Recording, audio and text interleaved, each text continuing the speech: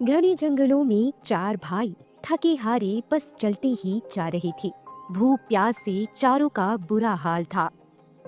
विक्रम, हम लोग कई दिनों से इन घने जंगलों में चलते जा रहे हैं, लेकिन मुझे कुछ समझ में नहीं आ रहा है कि आखिर हम जा कहाँ रहे हैं। मंजिल क्या है हमें पता ही नहीं। ये क्या भैया, हमें हमारे माता पिता का नाम भी याद नहीं है। हम कौन हैं हमें कुछ नहीं पता, और मुझे बहुत जोर से भूख भी लगा है भैया, जैसे कि मैं कई वर्षों से खाया नहीं हूँ। आदित्य इधर उधर फल ढूंढता है, लेकिन कुछ भी नहीं मिलता। मैंने हर जगह देखा, लेकिन जंगल में एक भी फल नहीं है। अब हमें गांव की ओर चलना होगा, शायद वहाँ कोई हमारी मदद कर सके। हाँ भैया, यही ठीक रहेगा। जंगल में और रुकना बेकार है। चलिए गांव चलते हैं। फिर चारों भाई गांव की ओर बढ़ते हैं और एक घर के दरवाजे पर पहुंचते हैं। वहाँ एक औरत खड़ी होती है। माता जी, हम चार भाई बहुत भूखे हैं। कई दिनों से हमारे पेट में अन्न का एक दाना भी नहीं गया। कृपया हमें थोड़ा सा खाना दे दीजिए। अरे रे रे रे रे रे, हटो, दूर हो जाओ यहाँ से। पता नहीं कहाँ कहाँ से गंदे गंदे लोग आ गए मेरे दरवाजे पर। तुम जैसे अजनबियों को मैं खाना दूंगी? छी छी छी छी छी। अरे तुमसे तो अच्छा मैं किसी भिखारी को दे दूं, पर तुम लोगों को कभी नहीं दूंगी। निकलो निकलो यहाँ से, मेरे दरवाजे को अशुद्ध कर दिया। इतना कहकर वो औरत चली जाती है। चारों भाई स्तब्ध खड़े रह जाते हैं। विवेक, यह क्या हो गया? उस औरत ने तो हमें पहले कहीं देखा भी नहीं था, फिर उसने इतना अपमान क्यों किया, जैसे हम इंसान ही नहीं हो। पता नहीं भैया, आगे चलकर देखते हैं। इतना कहकर चारों भाई एक और घर की ओर बढ़ते हैं। भाई साहब, हम चारों को बहुत जोरों से भूख लगी है। कृपया हमें थोड़ा सा खाने को दे दीजिए। अरे ए अनाथ, कहाँ से अटपके हो तुम? चारों के चारों भीख मांगने चले आए। चल भाग यहाँ से। मुझे तुम जैसे अनाथों को खाना नहीं देना है। तुम्हारी ना माँ का पता है ना बाप का। पता नहीं कैसा गंदा खून तुम्हारी रगों में बह रहा है। दफा हो जाओ यहाँ से। यह आप क्या कह रहे हैं? मैंने तो आपको पहले कभी देखा भी नहीं, फिर आप हमारे साथ ऐसा व्यवहार क्यों कर रहे हैं? चल जा, दफा हो जा। एक फूटी कौड़ी नहीं दूंगा तुमको। इतना कहकर वो गांव वाला अंदर चला जाता है। चारों भाई स्तब्ध खड़े रह जाते हैं। भाइयों, मुझे समझ में नहीं आता कि ये गांव वाले हमारे साथ ऐसा व्यवहार क्यों कर रहे हैं, जबकि हमने इन्हें पहले कभी देखा भी नहीं है। भैया, आपने बिल्कुल ठीक कहा, लेकिन यह हमारे साथ ऐसा क्यों कर रहे हैं? यह हमें इतने नफरत भरे शब्द क्यों सुना रहे हैं? लगता है हमें इस रहस्य का पता लगाना ही होगा, जो आखिर हमारे अतीत के पन्ने में ऐसा क्या है जो ये लोग हमारे साथ ऐसा क्यों कर रहे हैं। इतना कहकर चारों आगे बढ़ते हैं। तभी चौपाल पर बैठे दो गांव वाले उन्हें देखते हैं और आपस में बातें करते हैं। छी छी, कैसा कर्म किया था इन्होंने कि इसकी ऐसी सजा मिली। देखो, हाथ फैलाकर घर घर जाकर खाना मांगता फिर रहा है। इसके माँ बाप ने भी बिल्कुल यही किया था जैसा यह कर रहा है। भगवान ना करे ऐसी औलाद किसी दुश्मन को भी मिले। इतना कहकर सभी गांव वाले वहां से मुंह बनाकर चले जाते हैं। चारों भाई और भी ज्यादा परेशान हो जाते हैं। भाइयों, अब बहुत हो गया। हमें कुछ भी याद नहीं कि हमारे माँ बाप कौन हैं, कहाँ हैं, और ये गांव वाले सब हमारे साथ ऐसा व्यवहार कर रहे हैं जैसे हमें बहुत करीब से जानते हो, लेकिन हम इन्हें बिल्कुल नहीं पहचानते। भैया चलिए, हम किसी साधु महाराज से पूछते हैं, शायद वह हमारे बारे में कुछ बता सके। इतना कहकर चारों भाई घने जंगल की ओर निकल पड़ते हैं। जंगल में चलते चलते उन्हें एक साधु महाराज की कुटिया दिखाई देती है। चारों भाई अंदर जाते हैं। साधु उन्हें देखते ही मुस्कुराते हैं। आखिर तुम चारों आ ही गए। महाराज, हमें समझ में नहीं आ रहा। हम चारों भाइयों को कुछ भी याद नहीं है, सिर्फ इतना कि हम भाई हैं। इसके अलावा हमें यह भी नहीं पता कि हम कौन हैं, कहां से आए हैं और कहां जाना है। हमने गांव वालों से सिर्फ थोड़ा खाना मांगा, लेकिन उन्होंने हमें गाली दी, अपमान किया, जबकि हमने उन्हें पहले कभी देखा ही नहीं। यह तुम्हारे अतीत से जुड़ा हुआ पन्ना है। तुम्हें अपने अतीत को जानना होगा। महाराज, हम अपने अतीत और अपने जन्म का रहस्य जानने के लिए बहुत परेशान हैं। सब लोग हमसे नफरत करते हैं। हमें कुछ भी याद नहीं कि हमारे माँ बाप कौन हैं और हम कहाँ से आए हैं। कृपया करके हमें यह रहस्य बता दीजिए। ठीक है, मैं तुम्हें रास्ता बताऊंगा, लेकिन इसके लिए तुम्हें पाताल लोक से एक जादुई शीशा लाना होगा। उसी शीशे से तुम अपने जन्म का रहस्य जान सकते हो। ठीक है महाराज, हम वही जादुई शीशा लेकर आएंगे। सोच समझ कर जाना। पाताल लोक में जाना खतरों से खाली नहीं है। वहाँ मौत हर कदम पर तुम्हारा इंतजार करेगी और तुम्हें विचित्र परीक्षाओं से गुजरना पड़ेगा। हम अपने अतीत का पन्ना जानने के लिए मौत के मुंह तक भी जा सकते हैं, क्योंकि अपनी पहचान के बिना हम जी ही नहीं सकते। इतना कहकर चारों भाई कुटिया से निकल पड़ते हैं। तभी उन्हें एक रहस्यमय गुफा दिखाई देती है। गुफा का द्वार काला और गहरा था। भाइयों देखो, सामने एक गुफा है। चलो हम सब इसी रास्ते से चलते हैं। शायद यही रास्ता हमें पाताल लोक तक ले जाए। फिर चारों भाई गुफा के पास पहुंचते हैं। वो अंदर जाने ही वाले होते हैं कि गुफा की दीवार पर सुनहरे अक्षरों में एक पहेली चमकने लगती है। भैया, यह बहुत कठिन पहेली है। इसमें लिखा है कि जिसका न तन है न रूप, फिर भी उसी से सृष्टि की शुरुआत हुई। आखिर यह कौन हो सकता है? हाँ, और इसमें समय का पहला साथी कहा गया है। यह तो समझ में ही नहीं आ रहा। भाइयों, इसका उत्तर और कोई नहीं, यह आदि पुरुष है। वही जो सबसे पहले था, जिससे सृष्टि की शुरुआत हुई। न उसका रूप है न आकार, लेकिन उसी से जीवन का आरंभ हुआ। जैसे ही आदित्य यह उत्तर बोलता है, गुफा का द्वार गूंज उठता है।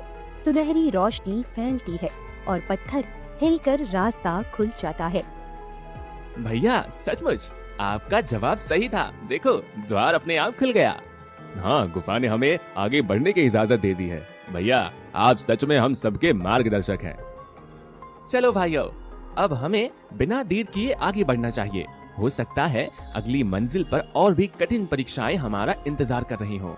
चारों भाई गुफा के भीतर प्रवेश करते हैं और रहस्यमयी रास्ते की ओर आगे बढ़ते हुए वे पहुंचते हैं लालच की नगरी में।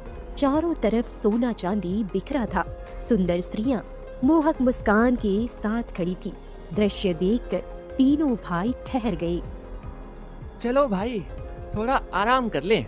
बहुत भूख लगी है और यहाँ का नजारा देखकर तो मन तृप्त हो गया। हाँ, इतनी सुंदर जगह मिली है, थोड़ा सुख भोग लें, फिर आगे बढ़ेंगे। देखो, वह स्त्रियां हमें बुला रही हैं। चलो वहीं चलते हैं। आओ, हम तुम्हारा कब से इंतजार कर रही है। हमारे स्नेह के महल में विश्राम करो। ऐसा सुख तुम्हें कहीं नहीं मिलेगा। जन्नत है जन्नत। थोड़ा स्त्री सुख भी भोग लो। तीनों भाई उसकी ओर बढ़ने लगे। तभी विक्रम ने उन्हें रोक दिया। भाइयों, ये सब भ्रम का जाल है। यह सुख नहीं, धोखा है। होश में आओ, असली रास्ता उधर है। ये हम लोग क्या कर रहे थे? अच्छा हुआ विक्रम, तुमने हमें बचा लिया, वरना हम तो ये माया नगरी में हमेशा के लिए फंस जाते। चलो चलो भाई, उस रास्ते से चलते हैं। फिर चारों भाई सही रास्ता पकड़कर समुद्र के किनारे पहुँचे। लहरें जोर से टकरा रही थी। तभी अचानक एक बड़ा राक्षस गरजता हुआ दौड़ कर आता है। अरे अब क्या होगा? यह तो हमें खा जाएगा। भाइयों, यह तो बहुत डरावना है, हमें कुछ समझ नहीं आ रहा। अगर ये पास आ गया तो हम बच नहीं पाएंगे। भाइयों, आप सब पीछे हटो, इसका सामना मैं करूंगा। मोहित ने ताकत से 2 जोरदार वार किए। राक्षस दर्द से चिल्लाया और कुछ ही पल में जलकर भस्म हो गया। जैसे ही राक्षस मरा, समुद्र किनारे अचानक एक बड़ा सा द्वार खुल गया। देखो, ये दरवाजा लगता है यही पाताल लोक जाने का रास्ता है। फिर चारों भाई उस द्वार से अंदर गए और पाताल लोक पहुंच गए। वहां चारों ओर अंधेरा, कांटे और डरावनी आवाजें थी। तभी अचानक सामने एक औरत प्रकट हुई। उसकी आंखों से आंसू बह रहे थे। मैं किसी को अंदर नहीं जाने दूंगी। जो भी आगे बढ़ेगा उसे मैं मार डालूंगी। अब क्या करें? अगर हम आगे बढ़े तो ये हमें मार डालेगी। नहीं भाइयों, डरो मत, मैं कोशिश करता हूँ। विवेक धीरे धीरे औरत के पास गया और नर्म आवाज में बोला, माँ, आपको रोते देखकर बहुत दुख हो रहा है। हम आपका बुरा नहीं चाहते, हम तो बस शीशा लेने आए हैं ताकि लोगों की मदद कर सकें। कृपया हमें जाने दो, हम आपको कोई नुकसान नहीं पहुंचाएंगे। विवेक की मीठी बातों से औरत का दिल पिघल गया। उसने आंसू पोंछे और रास्ता खोल दिया। जाओ, आगे बढ़ो, लेकिन याद रखना, लालच करोगे तो हमेशा के लिए इसी पाताल लोक में फंसे रह जाओगे। फिर चारों भाई झुककर प्रणाम करे और आगे बढ़ गए और शीशा देखकर बहुत खुश हो जाते हैं। भाइयों देखो, यही वह शीशा है। अब हमें जल्द ही अपना अतीत पता चल जाएगा। हाँ, देर मत करो, हमें इसे लेकर साधु महाराज के पास लौटना चाहिए। भैया, मैं तो बेसब्री से इंतजार कर रहा हूँ कि हम कौन हैं और कहां से आए हैं। फिर चारों भाई शीशा लेकर साधु महाराज की कुटिया में पहुँचे। आओ पुत्र, तुमने यह कठिन कार्य पूरा कर दिखाया। अब मैं तुम्हें तुम्हारा अतीत दिखाता हूँ। साधु ने एक कलश से जल निकाला और शीशे पर छिड़क दिया। अचानक शीशे में तेज प्रकाश फैला और एक अद्भुत दृश्य उभरा। अतीत का द्वार खुल गया। उन्होंने देखा कि वे किसी साधारण परिवार की नहीं, बल्कि एक महान राज्य के राजकुमार थे। उनके माता पिता जीवित थे, लेकिन किसी श्राप के कारण पत्थर की मूर्तियों में कैद हो गए थे। महाराज, हमारे माता पिता मूर्तियों में क्यों कैद है? हमें कुछ भी समझ नहीं आ रहा, कृपया सच्चाई बताइए। हमें सब जानना है, आखिर हमारे साथ ऐसा क्यों हुआ? धैर्य रखो पुत्रों, मैं तुम्हें सब बताता हूँ। यह कहानी 3 साल पुरानी है। उस समय तुम सब अपने राज्य के राजकुमार थे, महाराज वरुण देव के पुत्र। आदित्य, विक्रम, मोहित और विवेक मेरे चारों वीर पुत्र। अब तुम सब युवा अवस्था में पहुंच गए हो। कुछ ही दिनों में तुम में से कोई इस राज्य का भावी सम्राट बनेगा। इसलिए आज से मैं तुम्हें कुलगुरु के पास भेज रहा हूँ। उनके आशीर्वाद के बिना आगे की विधि अधूरी है। जी पिताजी, हम आज ही कुलगुरु के पास जाएंगे। हाँ पिताजी, हम चारों भाई अभी निकल पड़ते हैं। इतना कहकर चारों भाई राजमहल से रवाना हुए और घने जंगलों से होते हुए जा रहे थे। तभी रास्ते में तालाब के किनारे एक गरीब किसान की बेटी सुगंधा कपड़े धो रही थी। नहीं भैया, यह तो मुझे पसंद है, मैं इससे विवाह करूंगा। नहीं, यह लड़की मुझे भा गई है, मैं ही इससे विवाह करूंगा। तुम सब क्यों लड़ रहे हो? मुझे भी यही लड़की चाहिए, मैं इसे अपनी पत्नी बनाऊंगा। नहीं, तुम सबसे बड़ा मैं हूँ, हक मेरा है, मैं ही विवाह करूंगा। चारों भाई आपस में लड़ने लगे। तभी पीछे से मंत्री आ जाता है। राजकुमारों, यह आप लोग क्या कर रहे हैं? महाराज ने मुझे खास तौर पर आपके पीछे भेजा था, क्योंकि उन्हें पता था कि आप लोग और कहीं भी लड़ाई शुरू कर सकते हैं। चलिए, यह सब महाराज के सामने ही तय होगा। लेकिन मंत्री जी, मुझे वो बहुत पसंद है, मैं उसी से विवाह करूंगा। अरे ये तो बिरजू की बेटी सुगंधा है और ये गरीब किसान की बेटी है। आप लोग भी क्या सोच रहे थे? नहीं मंत्री जी, आप कुछ भी कहें, पर उसे मैं अपनी पत्नी जरूर बनाऊंगा। मैं भी उसी से विवाह करूंगा। और मैं भी। बस, अब बहुत हुआ। आप लोग एक साधारण लड़की के लिए आपस में लड़ रहे हैं। चलिए मेरे साथ, मैं महाराज से सारी बात कहूंगा। फिर चारों भाई अनबने होकर मंत्री के साथ वापस राजमहल लौट आए। क्या हुआ पुत्रों, तुम लोग वापस क्यों लौट आए? क्या कुलगुरु का आशीर्वाद लिया? महाराज, आशीर्वाद तो दूर की बात रही, इन चारों राजकुमारों ने रास्ते में एक किसान की बेटी को देखकर आपस में लड़ाई शुरू कर दी। हर कोई उसी से विवाह करना चाहता है। क्या? ये सब सुनकर मुझे विश्वास नहीं होता। तुम लोग भावी युवराज कहलाने के योग्य हो और एक साधारण लड़की के लिए आपस में लड़ाई कर बैठे। ये तुम्हारे आचरण को शोभा नहीं देता। पिताजी, मैं उसी से विवाह करूंगा। नहीं, मैं करूंगा। और मैंने इतनी सुंदर लड़की अपनी पूरी जिंदगी में नहीं देखी है पिताजी। पिताजी, मुझे वो बहुत पसंद है। चुप रहो तुम चारों, तुम में से कोई भी उस लड़की से विवाह नहीं करेगा। एक गरीब किसान की बेटी हमारे राज्य की वधू कभी नहीं बन सकती। लेकिन चारों राजकुमार वहाँ से चले जाते हैं और ऐसे ही कई दिन बीत जाते हैं। वहीं दूसरी तरफ गांव में सुगंधा चूल्हे के पास बैठी थी।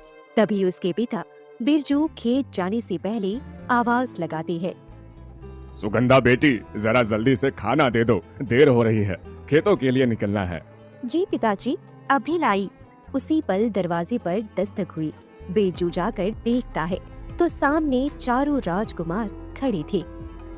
अरे राजकुमार, आप लोग यहाँ, कहिए मैं क्या सेवा कर सकता हूँ? बिरजू, मुझे तुम्हारी बेटी से प्रेम हो गया है, मैं उससे विवाह करना चाहता हूँ। नहीं, ये लड़की मेरी पसंद है, इससे तो मैं विवाह करूंगा। तुम दोनों हटो, यह मुझे भा गई है, इसका पति मैं बनूंगा। चुप रहो सब, सुगंधा मेरी पत्नी बनेगी बस। बिरजू स्तब्ध रह गया। चेहरे पर गुस्सा और भय दोनों उतर आए। राजकुमार, आप लोग होश में हैं? यह कैसी बातें कर रहे हैं? मैं गरीब इंसान हूँ, मैं गरीब किसान हूँ। मेरी बेटी का महल से कोई नाता नहीं। मैं उसे आपकी जिद का शिकार नहीं बनने दूंगा। आप लोग तुरंत यहाँ से चले जाइए। बिरजू, तू होने वाले सम्राट की बात कैसे टाल सकता है? मैं तेरी बेटी से विवाह करके ही रहूंगा। नहीं राजकुमार, यह असंभव है। मेरी एक ही बेटी है और तुम चारों भाई अपनी पत्नी कैसे बना सकते हो? यह कोई खेल नहीं। चलो जाओ यहाँ से। गुस्से में चारों राजकुमार वहाँ से निकल जाते हैं। ये सारी बातें सुगंधा सुन लेती है और कांपते हुए वह पिता के पास आती है। पिताजी, ये क्या हो रहा है? चारों राजकुमार पागल हो गए हैं। सब मुझसे विवाह करना चाहते हैं, लेकिन मैं तो किसी से विवाह ही नहीं करना चाहती। मेरा मन तो साधना में है। मैं गुरु माँ से दीक्षा लेना चाहती हूँ। मैंने वचन दिया है कि साध्वी बनूंगी। शादी का झंझट मेरे लिए नहीं है। बेटी, तू सही कह रही है। मैं तुझे किसी के हवाले नहीं करूंगा, चाहे वह राजकुमार ही क्यों ना हो। तभी अचानक चारों राजकुमार फिर से लौट आए। उनके हाथों में एक एक वरमाला थी।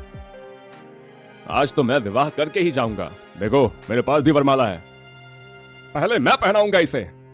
सुनो, जो सबसे पहले उसके गले में वरमाला डाल देगा वही उसका पति कहलाएगा। फिर वे धीरे धीरे सुगंधा की ओर बढ़ने लगे। यह क्या कर रहे हो आप लोग? विवाह कोई गुड्डा गुड्डी का खेल है क्या? रुक जाओ। नहीं, मैं किसी से विवाह नहीं करूंगी। आप लोग मेरी इच्छा का अपमान कर रहे हैं। मुझे मजबूर मत करो। राजकुमार उसकी ओर बढ़ते ही रहे।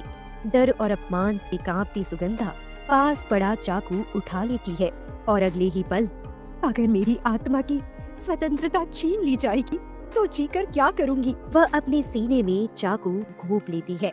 एक चीख गूंजती है और सुगंधा वहीं मर जाती है। यह क्या कर लिया इसने? नहीं, ऐसा नहीं होना चाहिए था। हम सब दोषी हैं। चारों राजकुमार डरे सहमे वहाँ से भाग खड़े होते हैं। वही बिरजू बेटी के निर्जीव शरीर को पकड़कर फूट फूट कर रोने लगता है। नहीं, मेरी बेटी, मेरा सहारा, तू मुझे छोड़कर नहीं जा सकती। इन राजकुमारों की वजह से तूने अपनी जान ले ली। मैं इन्हें कभी नहीं छोड़ूंगा।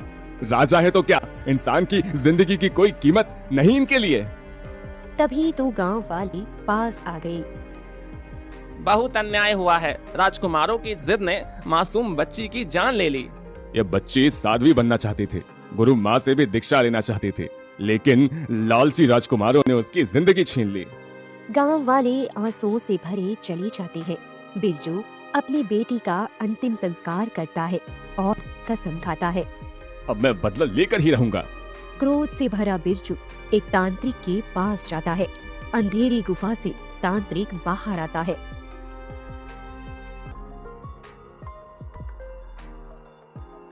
आओ बिरजू, बताओ तुम्हारी कैसी सहायता करूं? मेरी बेटी मासूम थी, साध्वी बनना चाहती थी, लेकिन 4 राजकुमार उसकी जान के पीछे पड़ गए।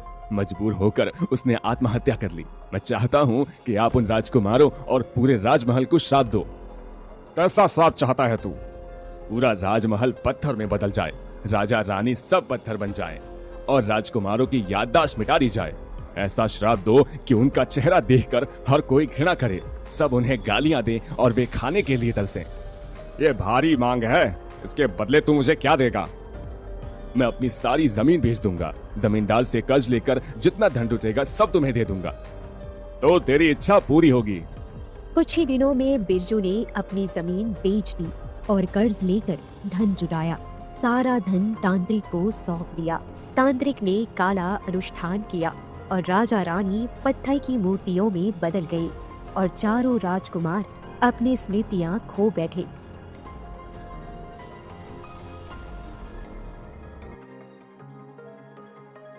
अपनी कहानी जानकर चारों राजकुमार की आंखों से आंसू बहने लगते हैं। हे भगवान, ये हमसे क्या पाप हो गया। हमारी गलती की वजह से एक मासूम ने अपनी जान खो दी। महाराज, क्या इस श्राप को मिटाने का कोई रास्ता है? हमसे बहुत बड़ी गलती हो गई। हम अब उसे मिटाना चाहते हैं। हाँ, उपाय है। तुम्हें अपनी गलती का प्रायश्चित करना होगा। जब तक सुगंधा की अर्थी उसके पिता के घर पे है, तब तक श्राप नहीं टूटेगा। यदि तुम बिरजू को मनाकर उसकी बेटी की अर्थी को गंगा में प्रवाहित कर दोगे, तभी श्राप समाप्त होगा। लेकिन याद रखना, चुरा कर यह काम मत करना। पिता की रजामंदी और उसकी आत्मा की शांति जरूरी है। धन्यवाद साधु महाराज, हम यह कार्य अवश्य करेंगे। फिर चारों भाई वहाँ से निकल पड़ते हैं और थोड़ी दूर चलकर बिरजू के घर पहुँचते हैं। बिरजू अपनी बेटी की अस्थि लेकर घर के दरवाजे पर बैठा परेशान है। अगर हम ऐसे ही गए तो वह हमें पहचान लेंगे और तब हमसे कोई मदद भी नहीं लेगा। भैया, हमें अपना रूप बदलना होगा। हाँ, यही सही कह रहे हो। फिर चारों अपना अपना रूप बदल लेते हैं। एक व्यापारी का, एक साहूकार का और 2 सेवकों का। भैया नमस्ते, हम लोग बहुत दूर से आए हैं। हमें कुछ दिनों के लिए आराम चाहिए। क्या हम आपके घर में ठहर सकते हैं? क्यों नहीं, वैसे भी अब इस घर में कोई नहीं रहता। मेरी बेटी थी, पर वह भी मुझे छोड़कर चली गई। आप लोग रह सकते हैं। तभी गांव का जमींदार आता है। अरे ओ बिरजू, तूने मुझसे पैसे लिए थे, अभी तक क्यों नहीं चुकाए? जल्दी से मेरा कर्ज चुका, वरना तुझे तेरी बेटी के पास भेज दूंगा। कुछ समय दे दो मालिक, मैं चुका दूंगा। ठीक है, 10 दिनों का मोहलत दे रहा हूँ। इसमें मुझे मेरे पैसे चाहिए।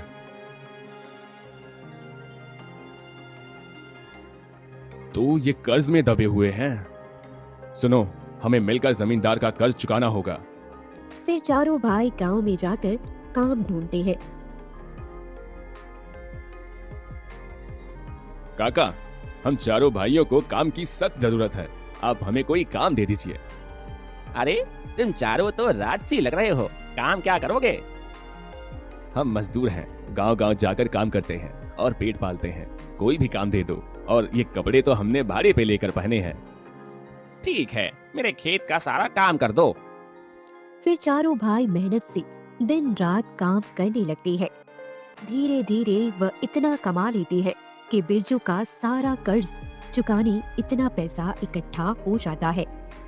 चलो, हम सबको जमींदार के पास जाना चाहिए और ये पैसे देकर बिरजू की जमीन का कागज ले लेंगे। इतना कहकर सभी भाई जमींदार के पास जाते हैं। ये लो तुम्हारे पैसे। आज के बाद बिरजू को परेशान मत करना और उसकी जमीन और घर के कागज वापस कर दो। मुझे पैसे से मतलब है, ये लो कागज। फिर जमींदार पैसे लेकर कागज दे देता है और चारों भाई कागज लेकर बिरजू के पास जाते हैं। काका, ये लीजिए आपकी जमीन और घर के कागज हमने छुड़ा लिए हैं। तुम लोग कौन हो? तुम मेरे लिए भगवान बनकर आए हो। कुछ नहीं काका, हम सब हमारे ही पापों की सजा है। हम बस प्रायश्चित कर रहे हैं। ये कलश क्या है? कई दिनों से हम देख रहे हैं। क्या वह आपकी बेटी की अर्थी है? गांव वालों से सुना था कि आपकी बेटी इस दुनिया में नहीं है। हाँ, 4 पापियों की वजह से मेरी बेटी ने आत्महत्या कर ली थी। सुनिए काका, अगर आप यूं ही बेटी को बांध कर रखोगे तो उसकी आत्मा को शांति कभी नहीं मिलेगी। गंगा में विसर्जन कीजिए, तभी आपकी आत्मा और उसकी आत्मा को सुकून मिलेगा। नहीं, मैं अपनी बेटी से बहुत प्रेम करता हूँ। उसे गंगा में विसर्जित नहीं करूंगा। जिससे हम प्रेम करते हैं उसे अपने बंधनों में बांधकर नहीं रखना चाहिए। यह प्रकृति का नियम है। जो मरा है उसे हमें शांति प्रदान करना चाहिए। तुम सही कहते हो। मेरी बेटी ने जीवन में बहुत दुख देखे। अब मैं उसे अपने बंधन से आजाद करता हूँ। फिर बिरजू अपनी बेटी की अस्थि को ले जाकर गंगा में विसर्जित कर देता है। तभी आकाश से तेज रोशनी निकलती है। काले बादल छट जाते हैं। राजमहल पर दिव्य प्रकाश फैलता है। सभी राजा रानी पत्थर से इंसान बन जाते हैं। चारों राजकुमारों का रूप बदल जाता है और उनकी याददाश्त लौट आती है। हमें माफ कर दो, हमारी वजह से आपकी बेटी चली गई। हम वचन देते हैं कि हम कभी किसी की जिंदगी बर्बाद नहीं करेंगे। अपनी पूरी उम्र आपकी सेवा करेंगे। तो ये तुम लोग हो, इतने दिन से मेरे साथ रूप बदल कर रह रहे थे। हाँ काका, हम बस अपने माता पिता के श्राप से मुक्त करना चाहते थे और आपका दुख भी मिटाना चाहते थे। हम आपकी बेटी की जगह नहीं ले सकते, पर आपकी सेवा करके जख्म भरने की कोशिश करेंगे। चारों राजकुमार बिरजू की सेवा करने लगते हैं। कुछ दिन बाद बिरजू कहता है, बस करो बेटा, तुम लोगों ने प्रायश्चित कर लिया है। अब अपने राज्य लौट जाओ, तुम्हारे माता पिता तुम्हारी प्रतीक्षा कर रहे होंगे। आप भी हमारे साथ चलेंगे, तभी हम वापस जाएंगे। हाँ, आप चलेंगे तभी हम चलेंगे। तुम लोग बड़े जिद्दी हो। ठीक है, मैं भी चलूंगा। सब राजमहल पहुंचती है। राजा अपने बेटों को देखकर बहुत प्रसन्न होते हैं। बिरजू, हमारे पुत्रों ने तुम्हारे साथ बहुत अन्याय किया। अब से तुम हमारे राज्य के सबसे प्रमुख व्यक्ति रहोगे। हर बड़े फैसले में तुम्हारी राय ली जाएगी। तुम सदा हमारे साथ महल में रहोगे। महाराज धन्यवाद, आज मेरी बेटी की आत्मा को भी शांति मिली और मुझे भी। इसके बाद चारों राजकुमार अपनी जिम्मेदारी संभालते हैं और कुशल राजा बन जाते हैं।